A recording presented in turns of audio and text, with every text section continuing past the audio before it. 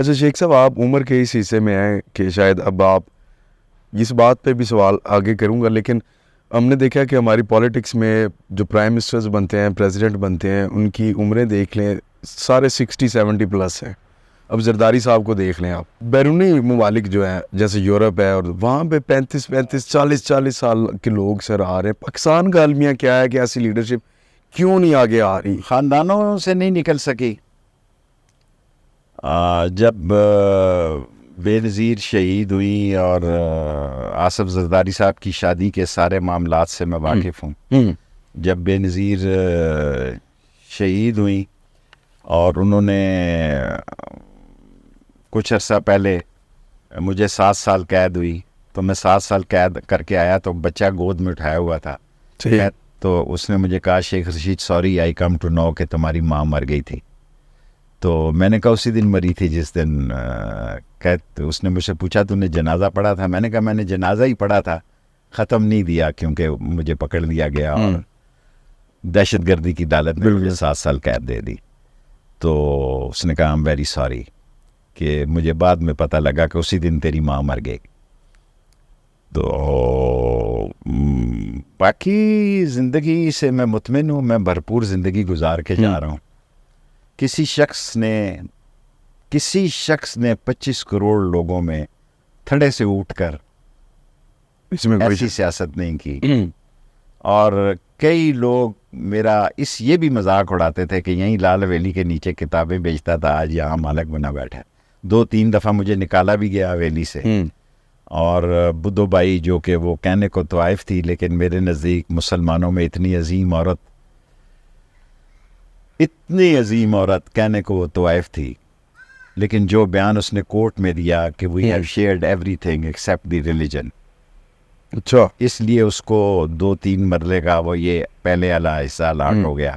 صحیح ہے. لیکن ہم ظالم لوگ تھے، ہم نے لوٹ مار کی اور لوگوں کو خیال تھا اس کے پاس بڑی دولت ہے. دولت تھی نہیں. 3-4-6 محلے کے لڑکوں نے اس پہ حملہ کیا، وہ تو بچ گئی لیکن اس کے بھائی کو قتل کر دیا. ٹھیک ہے. پھر وہ گوشہ نشین ہو گئی. صرف میرے ساتھ اس کا رابطہ تھا. صحیح. اور کسی کو وہ کھوکھا نہیں لگانے دیتی تھی اپنے حویلی کے آگے میرے علاوہ. اور 3 کیسل کا سگریٹ پیتی تھی، جس طرح میں سگار پیتا ہوں ہر وقت، وہ ہر وقت سگریٹ ہوتا تھا اس کے منہ میں. اور بالکونی میں رات کو بیٹھتی تھی. پھر وہ اس کا بھائی قتل ہوا تو وہ گوشہ نشین ہو گیا. صحیح ہے. اچھا، اب یہ جو حویلی ہے اس کو آپ کی اولاد نہیں ہے، آپ کیا؟ میں نے ویمن یونیورسٹی کو سجا. میرے پاس 3 حویلیاں یہاں پہ. جی. ایک گنگا رام میری ماں کا گھر ہے جو انہوں نے توڑ دیا. ایک سجان سنگھ کی ہے، وہ میں نے ویمن یونیورسٹی کو دے دی. یہ بھی میں 6 روڈ کی یونیورسٹی کو لکھ کے دینے والا ہوں. کاغذات تیار ہو رہے ہیں. ٹھیک ہے، مطلب آپ اپنی پراپرٹی کسی اولاد کو، بھتیجے کو نہیں شفٹ کر رہے؟ بالکل نہیں. ٹھیک ہے سر. اچھا سر، یہ اور یہ میں 2-3 دن میں ہی یہ کام کر دوں گا. ٹھیک ہے، زبردست. شیخ صاحب یہ بتائیے کہ ابھی جو اس وقت پچھلے دنوں الیکشن بھی ہوا اور ہم نے ایک عجیب سا سما دیکھا اس الیکشن میں.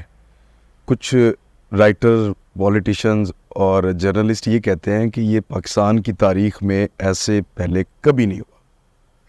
کیا آپ کے پاس کوئی نظیر ہے ایسی؟ آپ تو فاطمہ جناح اور ایوب خان کے الیکشن سے پاکستان کی سیاست کا حصہ ہیں. دیکھیں، جب میں فاطمہ جناح کے لیے کام کر رہا تھا سب کو پتا تھا کہ ایوب خان جیتے گا. ہماری نیچر یہ دیکھیں کہ لوگوں کو اس وقت ریٹ بڑے کم تھے. ایک پستول کا لائسنس کافی ہوتا تھا، یا گاڑی کا روٹ لاہور پنڈی کا، بس کا روٹ پرمٹ مل جانا. سو میرے خیال میں سارے الیکشن اس ملک میں سوالیہ نشان تھے، لیکن اس سے گیا گزرا تھکا ہوا اور بے وزنی اور بے عزت، بے توقیری، بے اہمیتی اور جمہوریت کے منہ پہ تماچے کا الیکشن کبھی نہیں ہوا جو یہ ہوا. 47 والا بھی وہی ہے اور 45 والا بھی وہی ہے. لیکن وہ 45 والوں سے 47 والوں کی تعداد زیادہ ہوگی. تعداد سے کیا ہوتا ہے سر جی؟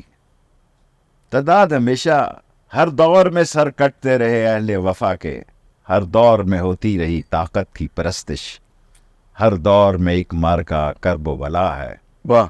ہر دور یزیدوں کا طرفدار رہا. واہ واہ.